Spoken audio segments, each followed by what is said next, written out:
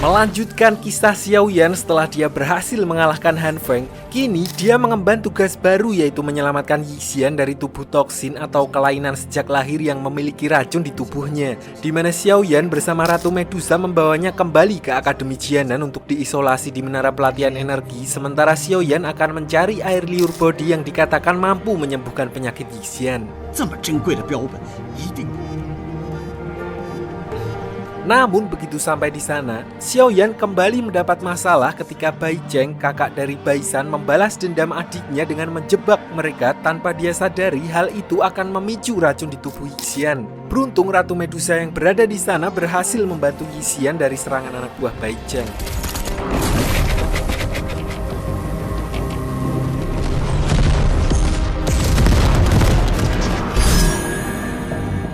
Tidak sampai di situ, Bai Cheng juga mengumpulkan semua murid Akademi Jianan di mana dia mengatakan seolah-olah Xiaoyan sengaja membawa Yixian ke menara pelatihan energi sedangkan dia sendiri akan pergi agar tidak terkena racun dari tubuh Yixian. Di tengah obrolan tersebut, salah satu anak buah Bai Cheng memberi tanda kalau racun di tubuh Yixian telah kumat, di mana hal itu akhirnya membuat Xiaoyan sadar kalau Bai Cheng telah membuat rencana untuk mencelakai Yixian.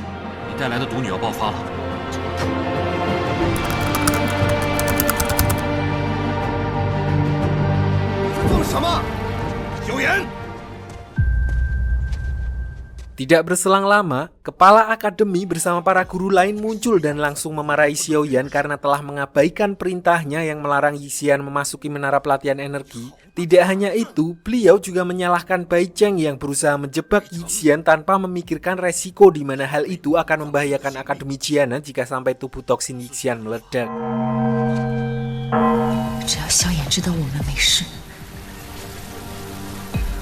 Melihat semua orang menganggap kalau memiliki tubuh toksin adalah pembawa petaka, di sini Xiaoyan lalu membela Yixian di mana dia kecewa dengan pihak Akademi Jianan yang seharusnya tidak membeda-bedakan seseorang, justru menganggap seseorang yang memiliki kelainan adalah pembawa sial, yang padahal mereka juga manusia yang memiliki hak yang sama seperti manusia normal pada umumnya.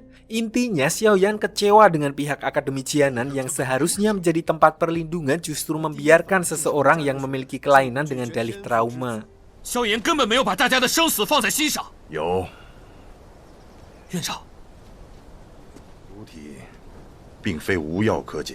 Di tengah konflik tersebut, kepala Akademi Jianan pun akhirnya melunak dan menjelaskan kalau tubuh toksin sebenarnya bisa disembuhkan dengan menggunakan air liur body. Hanya saja pohon body terakhir diketahui sudah mati, sehingga hal itu membuat orang-orang menganggap penyakit tersebut tidak bisa disembuhkan. Tapi Xiaoyan yang merupakan tipikal orang yang pantang menyerah pun memohon kepada kepala sekolah untuk memberinya waktu mencari air liur body. 你的朋友，我因形势而定。谢院长。 求院长成全。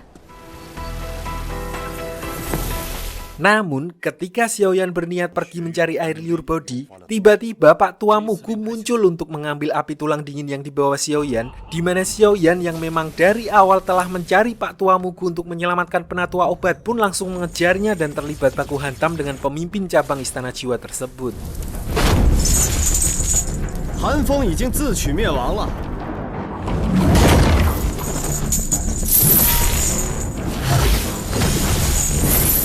Namun, bahkan jurus teratai Buddha pun sama sekali tidak berpengaruh terhadap api lautan milik Pak Tua Mugu karena perbedaan doji mereka. Di tengah pertempuran tersebut, dia justru mendengar suara seorang kakek yang marah-marah di mana ternyata suara itu berasal dari pemilik api jantung jatuh yang melihat Xiaoyan menggunakan api jantung jatuh noob sekali.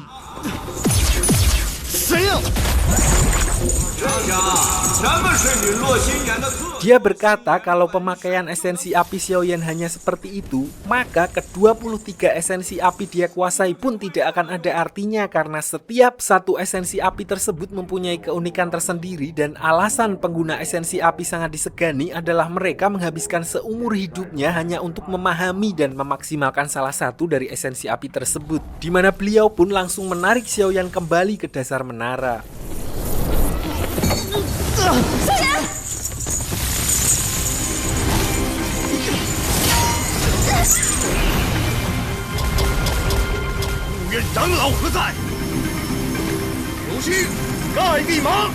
Ternyata selama ini beliau yang biar gampang kita sebut saja penatua api hanya meminjamkan api jantung jatuh tersebut kepada Xiaoyan karena menilai Xiaoyan agak lumayan bego. Beliau kemudian memperlihatkan kekuatan sesungguhnya dari api jantung jatuh dan menyuruh Xiaoyan untuk berlatih terlebih dahulu sebelum menyelamatkan teman-temannya. 看见了吧？ Namun merasa dia tidak mempunyai waktu lagi, melihat tekad kuat Xiaoyan yang mati-matian menyelamatkan teman-temannya, hal itu pun akhirnya membuat penatua api yakin bahwa dia tidak salah pilih orang di mana beliau lalu mengajarkan semua pemahaman dari api jantung jatuh yang telah beliau kuasai. 法诀大成，变成分有各自火灵。 Sementara itu di luar, walaupun kepala akademi telah dibantu oleh para guru dengan mengeluarkan jurus andalan akademi Jianan, namun hal itu bukanlah masalah bagi Pak Tua Mugu dan di saat bersamaan, Yixian juga muncul untuk membantu mereka dengan mengaktifkan tubuh toksinnya.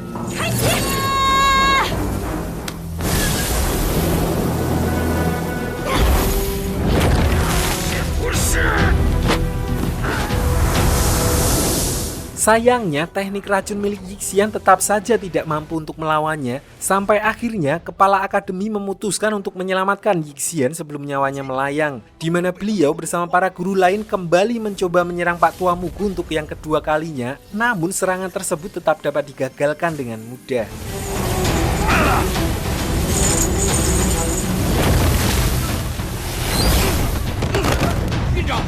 Saat itulah Xiaoyan keluar untuk mengambil alih pertarungan di mana dia menunjukkan jurus baru dari api jantung jatuh bernama teknik api 5 putaran yang membuat damage dari jurusnya meningkat berkali-kali lipat yang akhirnya membuat Pak Tua Mugu tumbang.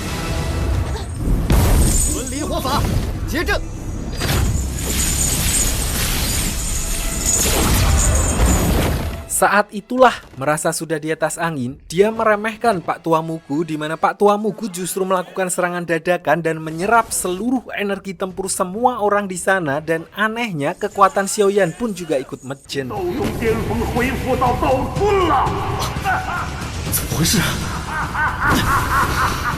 Disinilah Sun Er yang berada di belahan wilayah lain merasakan ada yang tidak beres dengan Xiaoyan, di mana kemudian dia menghubunginya melalui mantra segel kaisar dan menyalurkan dojinya setelah tahu Xiaoyan sedang berhadapan dengan Pak Tua Mugu.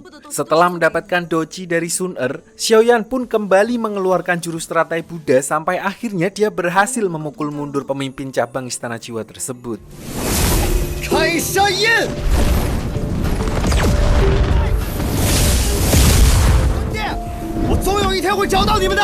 Sayangnya, insiden barusan ternyata membuat kepala sekolah Akademi Jianan terpaksa meregang nyawa akibat terkena serangan dari Mugu, di mana Xiaoyan pun bergegas untuk menemui penatua api dan meminta beliau untuk membagi api jantung jatuh menjadi dua, mengingat menara pelatihan energi membutuhkan api tersebut demi melindungi Akademi Jianan dari ancaman Istana Jiwa.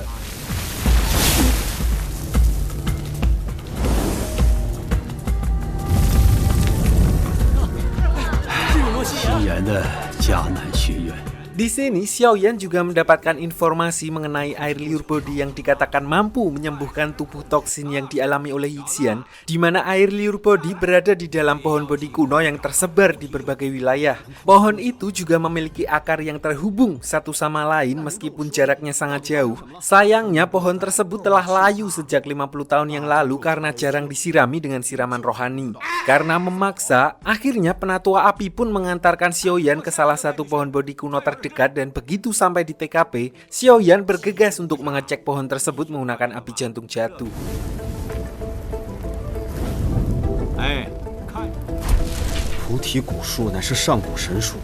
Sementara itu, Sun Er dan Gu Yao akhirnya juga sampai di pohon bodi kuno yang berada di Sekte Gu, tempat Hun Miseng disegel, di mana mereka bergegas masuk ke dalam pohon tersebut untuk memperkuat segelnya.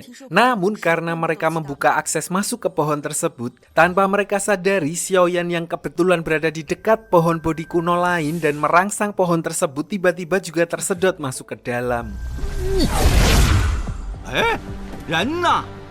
Di dalam, Xiaoyan justru menemukan pohon bodi kecil yang tumbuh di dalam pohon bodi kuno, dan yang menarik adalah pohon tersebut seperti memberitahu sesuatu di mana pohon itu layu karena terkena aura negatif dari jasad Hun Miseng. Karena seperti diketahui, walaupun jasad Hun Miseng berada di pohon bodi kuno Sekte Gu, tapi pohon tersebut saling terhubung satu sama lain. Di sini Xiaoyan sempat mencoba menyingkirkan aura negatif di pohon itu menggunakan api jantung jatuh, dan setelah berhasil melakukannya, ternyata air liur bodi yang disebutkan sebelumnya adalah getah dari pohon tersebut.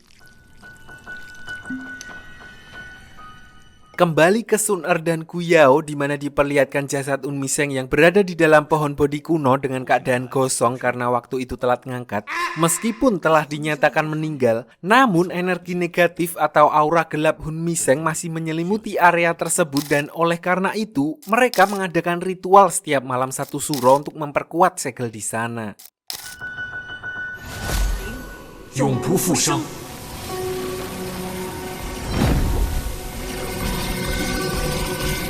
Di tempat lain, diperlihatkan Pak Tua Mugu yang sedang bersama penatua obat di depan batu peninggalan Hun Miseng. Karena tidak bisa mendapatkan esensi api tulang dingin milik penatua obat, dia menggunakan rencana cadangan, yaitu menggunakan 2 esensi api level rendah untuk membuka segel sekaligus membangkitkan Hun Miseng di depan penatua obat. Dan ketika Pak Tua Mugu memulai ritualnya, tiba-tiba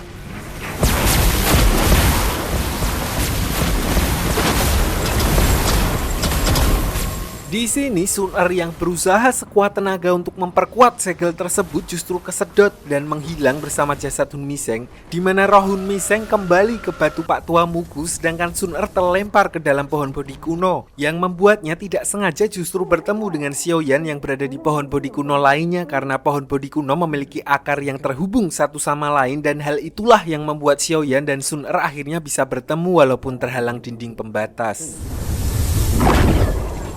日华流经。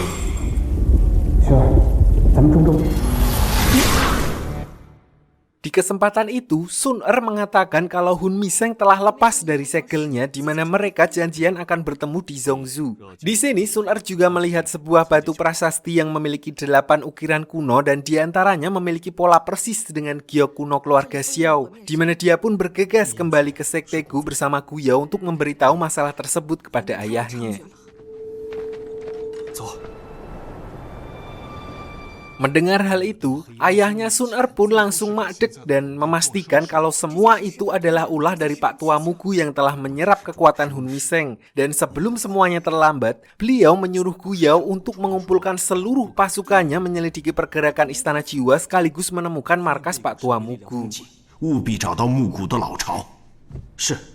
Di tengah obrolan tersebut, Sun Er juga menanyakan soal 8 pola ukiran di batu prasasti yang dilihatnya, dan kemungkinan itu merupakan pola dari gabungan 8 sekte kuno yang waktu itu mempersatukan kekuatan mereka untuk menyegel Kaisar Jiwa. Tidak hanya itu, dia juga mempertanyakan alasan ayahnya menyuruhnya mendapatkan giok kuno milik keluarga Xiao. Namun di sini beliau justru merahasiakan hal itu dari Sun Er, entah rahasia apa yang sebenarnya disembunyikan. Yang jelas ayahnya Sun Er tidak ingin anak satu-satunya terlibat dalam masalah tersebut. 哪里也不要去，看好他。是。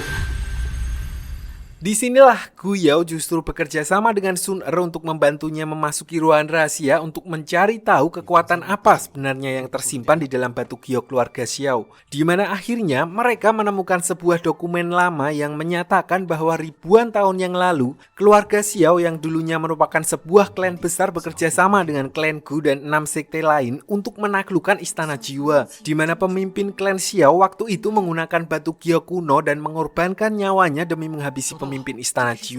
Semenjak peristiwa itu, klan Xiao tiba-tiba menghilang, sedangkan ke-7 sekte lainnya tersebar di Magelang, Madiun, Ngawi, dan lain sebagainya. 萧家就是萧族。Sementara itu, Xiaoyan yang telah mendapatkan air liur body langsung terbang ke dalam menara pelatihan energi. Namun di sini air tersebut tidak berefek sama sekali di tubuhnya, di mana dia teringat dengan wejangan si kakek yang memberitahu kalau air liur body itu harus dioleskan kepada kulit si korban secara langsung. Awalnya Xiaoyan sempat sedikit ragu karena selain tidak sopan, mereka juga bukan muhrim. Tapi karena nggak ada pilihan lain, akhirnya dia pun terpaksa melakukan hal tersebut karena berpikir terlalu lama akan membuat racun Yixian berefek kepadanya. Dan benar saja, tidak butuh waktu lama Xiaoyan berhasil menyembuhkan Yixian dari tubuh toksin yang selama ini membuatnya menderita.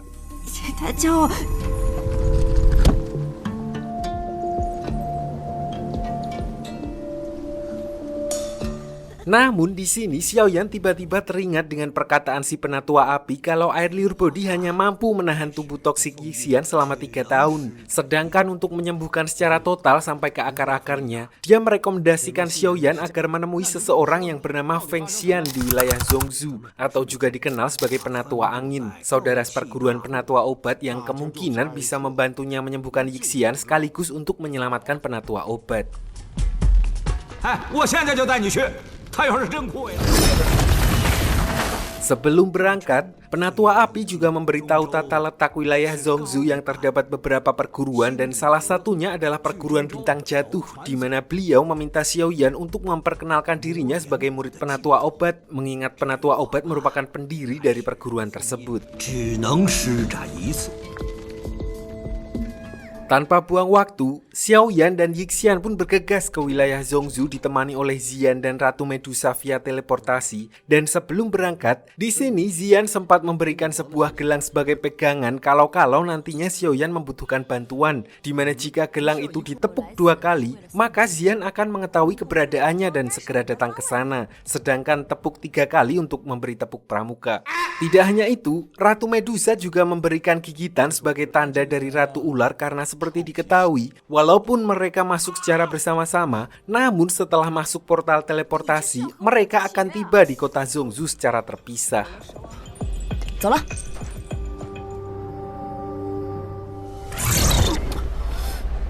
Setelah melewati portal tersebut, Xiaoyan yang terpisah dengan yang lainnya kini berada di tengah sebuah pasar loak. Saat itulah dia melihat tindak kekerasan yang dilakukan oleh beberapa orang terhadap seorang bocil. Aksi heroik Xiaoyan barusan ternyata menarik perhatian dari seseorang yang sepertinya telah mengetahui tujuan Xiaoyan ke sana, di mana dia kemudian memberikan sebuah plakat sebagai alat masuk ke rumah lelang untuk mencari informasi terkait tujuannya ke sana. Sesampainya di rumah lelang, Xiaoyan justru menemukan gulungan teknik 3000 petir yang dulunya gagal dia pelajari di Akademi Jianan karena diambil duluan oleh Hujia, dan tanpa pikir panjang, dia lalu membeli gulungan tersebut, di mana di saat yang bersamaan, Xiaoyan tidak sengaja berpapasan dengan seorang wanita bernama Feng Qing'er, di mana dia menunjukkan sebuah pedang yang mengindikasikan kalau dia berasal dari perguruan Feng Lei. 张包老，真该你这狗眼看看。啊，你是卖东西的？ Namun di sini Qing'er tiba-tiba menuduh Xiaoyan sebagai pencuri setelah melihat kitab 3000 petir yang berada di tangannya, karena awalnya jurus 3000 petir merupakan jurus asli milik perguruan Feng Lei. Di tengah keributan tersebut, seseorang yang berasal dari perguruan bintang jatuh bernama Qing Luan datang ke sana untuk menjelaskan kalau Xiaoyan telah membeli gulungan tersebut secara legal. 嘴不是还闲着呢吗？ 明天我不是东道之主。 Meskipun berasal dari tempat yang berbeda, namun diperlihatkan kalau mereka saling kenal satu sama lain, di mana Qing'er menunjukkan ketidaksukaannya ketika melihat Qing Luan, dan dari sini bisa dipastikan bahwa mereka adalah rival dari perguruannya masing-masing. Tidak hanya itu, keributan tersebut memancing sang pemilik rumah lelang yang bernama Yafei yang membela Xiaoyan dan justru mengusir Qing'er untuk segera pergi dari tempat tersebut. 明天给你好看。 大小姐慢走啊！ Mendengar kalau Qing Luan adalah salah satu murid perguruan bintang jatuh, di sini Xiaoyan kemudian juga mengaku berasal dari perguruan yang sama, di mana dia meminta Qing Luan untuk mempertemukannya dengan pemimpin perguruan bintang jatuh yang baru. Qing Luan pun menjawab jika ingin bertemu dengan beliau, Xiaoyan diminta untuk menghadiri acara kompetisi keempat perguruan yang akan diadakan beberapa hari lagi. 四方阁大会， Tidak berselang lama, Yafei, pemilik rumah lelang tadi, menghampiri Xiaoyan untuk mengajaknya ngobrol secara intens. Anehnya, walaupun mereka baru pertama kali bertemu, Yafei sudah mengetahui asal-usul Xiaoyan dan bahkan dia tahu betul tentang karakter, weton, dan zodiaknya. Dari obrolan tersebut, intinya Yafei bersedia membantunya menghadiri acara tahunan yaitu kompetisi 4 perguruan. Tidak hanya itu, dia juga memberikan kamar untuk Xiaoyan menginap selama di sana.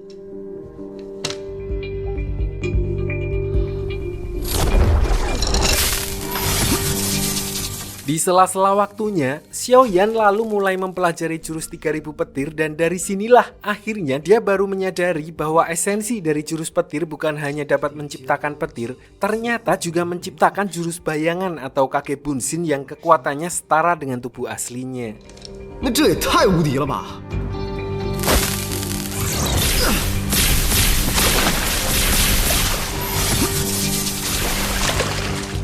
Singkat cerita, setelah beberapa hari, kompetisi 4 perguruan Zhongzhou akhirnya dimulai dan dihadiri oleh pemimpin dari setiap perguruan, kecuali pemimpin perguruan bintang jatuh yang absen pada acara tersebut. Di sini, Qing dari perguruan Feng Lei langsung tampil menyerang, di mana dia dapat dengan mudah mengalahkan satu persatu lawannya. 还有谁要挑战吗？ 星陨阁木青鸾，